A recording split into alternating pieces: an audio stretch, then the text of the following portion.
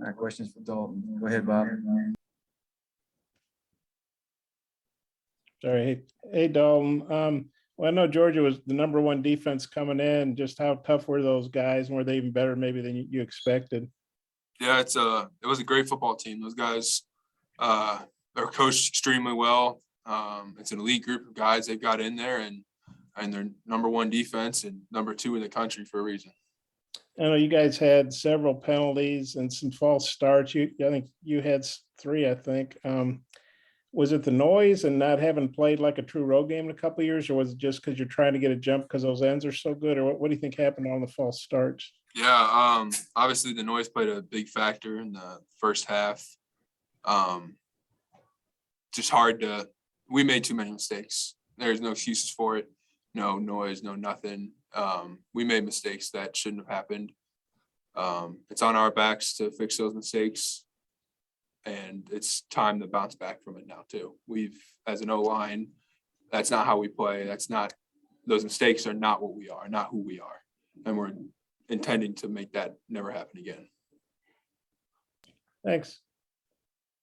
Let me know if you got questions for Dalton.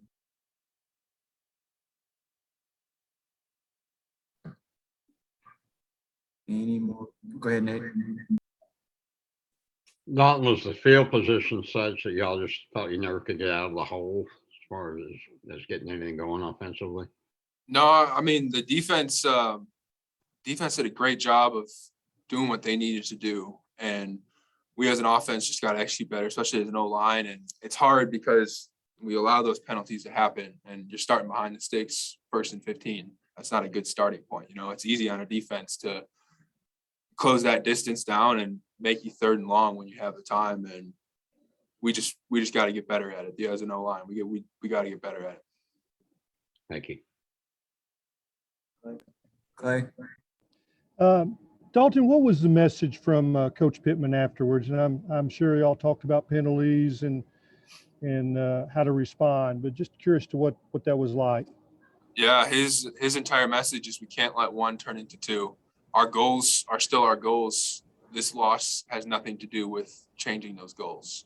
We still have opponents in the West we need to go after, and we can't dwell on this. We cannot let this turn into 2 losses. Bob.